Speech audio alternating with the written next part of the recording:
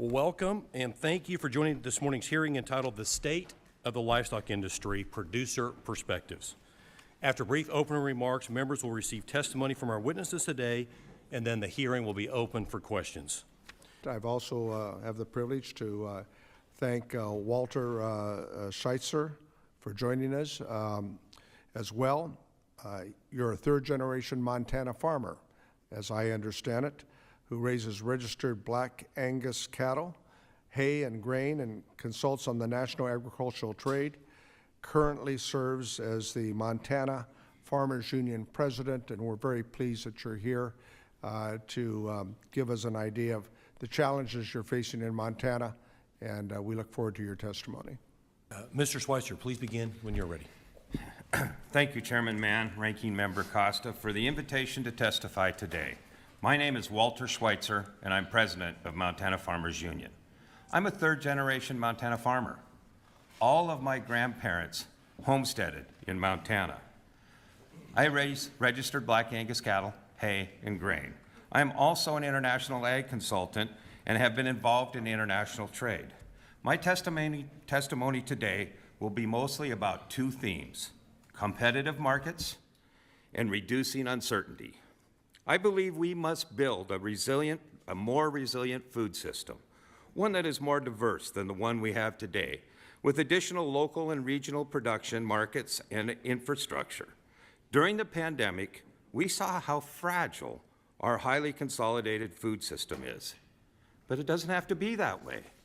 When I first started farming, we had several packing plants, flour mills, bakeries, and home-delivered milk in most of our major communities. Now almost all of these are gone.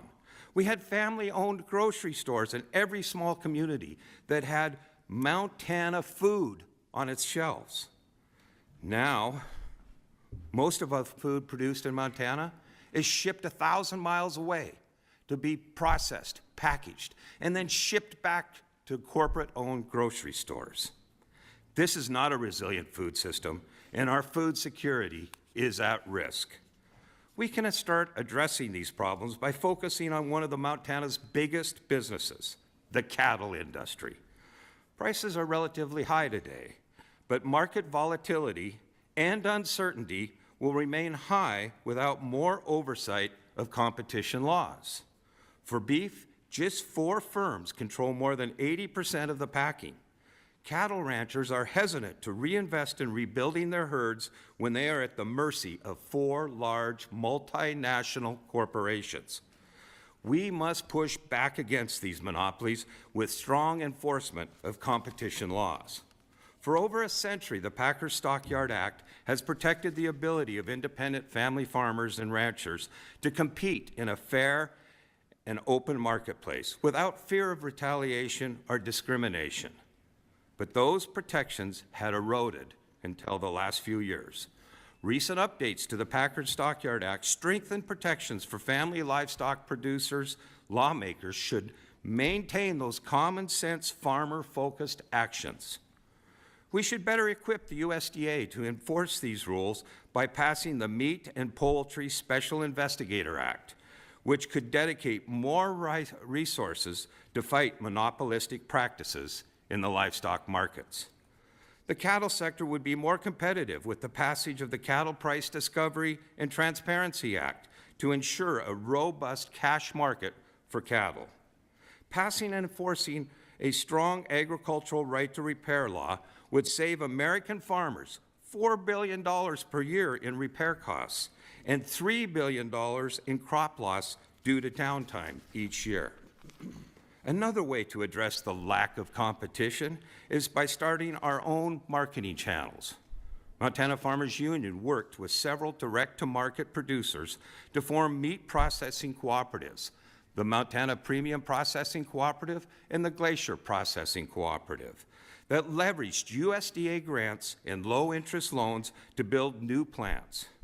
Ranchers in our co-ops now have additional markets, and consumers have more choices to purchase local food. We also need to make sure that consumers know what they're buying. Truthful and accurate labels are important to American producers and helpful for consumers.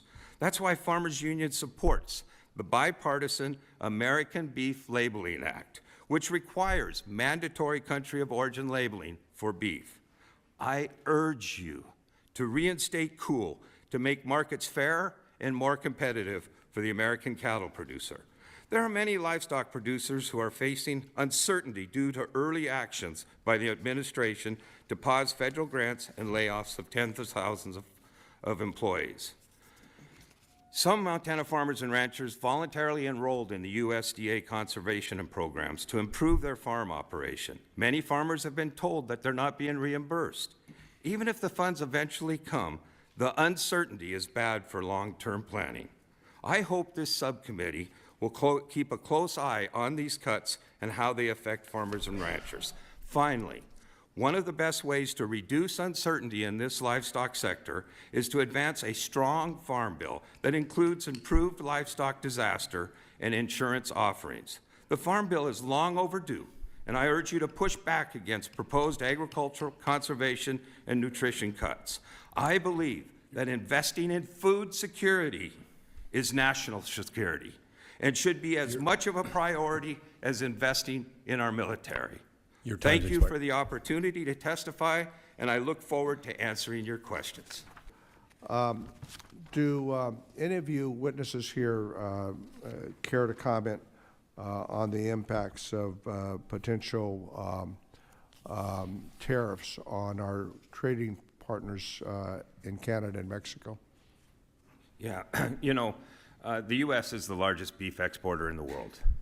We're also one of the largest beef importers in the world. Tariffs hit us both ways on that. In Montana, we have a good working relationship with Canada.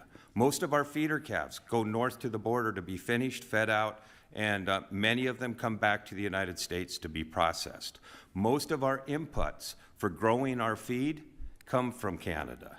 So these tariffs would have a very adverse impact on the cattle ranchers of Montana. So you agree they're a tax on American consumers and American producers? Absolutely. Thank you. Biosecurity continues to be a main pillar, I think, in combating high-path avian flu, but we also have strong herd health here in the United States. Mr. Schweitzer, you mentioned in your testimony you could expand on why ear tags and other measuring of biosecurity are worthy investments. Quickly comment, I'm run out of time. It's, you know, food security is a national security. We both agree. And herd health is national security. And it's definitely important, and our herd health is at risk without good traceability.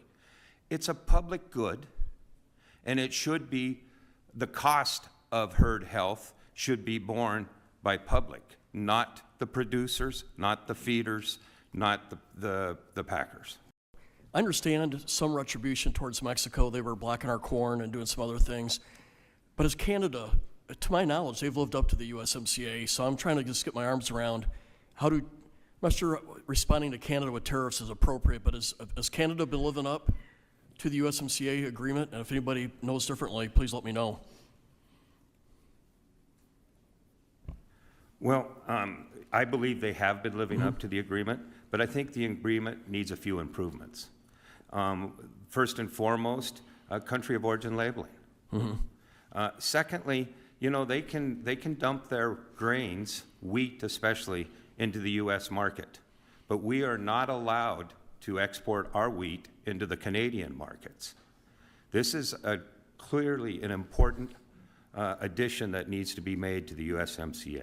That's a great input. Last month, the President issued an executive order instructing agencies to plan for large-scale reductions in force and fired thousands of probationary employees. To your point, the rehiring of those employees would not have had to take place if they weren't fired without cause to begin with.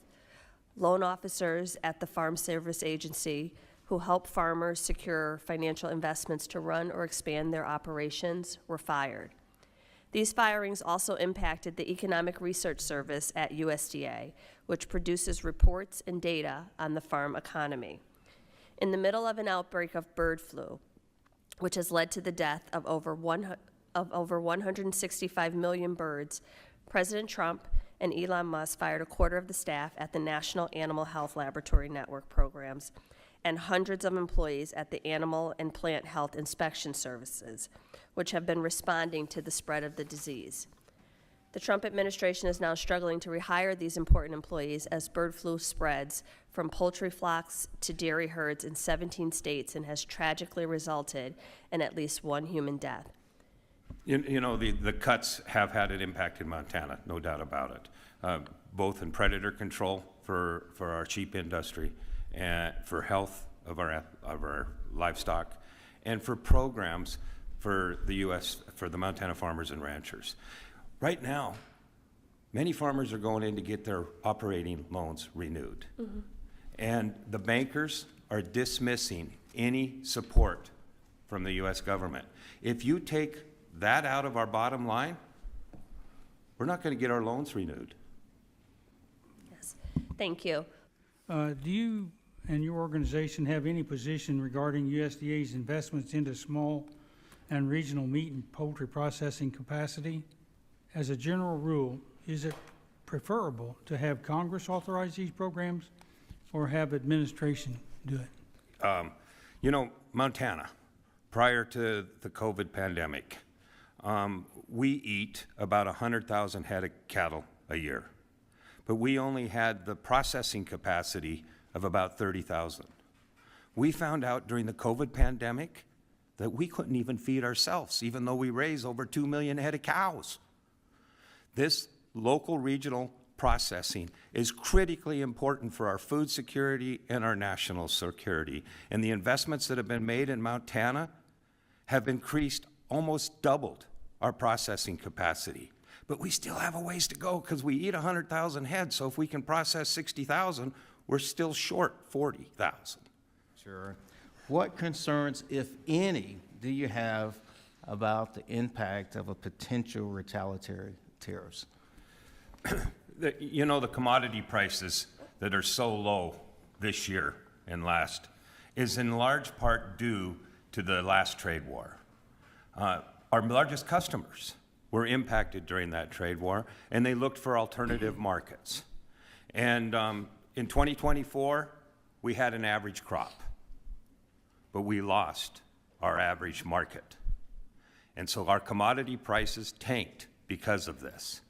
It does have an impact, and it has a long-range impact because our customers have built ports, rail, and other distribution networks to purchase their products from our competitors. Today's hearing has been a perfect example of why the livestock sector is so important. As mentioned earlier, agriculture is incredibly interconnected, from the producer to the feedlot and from the harvest facility to the distributor. Every role is important to delivering protein to the market and to our consumers. To our witnesses, thank you for being here today. We've heard you loud and clear, from supporting the three-legged stool to pushing back on unscientific salmonella framework to providing support to producers impacted by the avian flu and expanding our markets for American animal protein exports. We have our work cut out for us.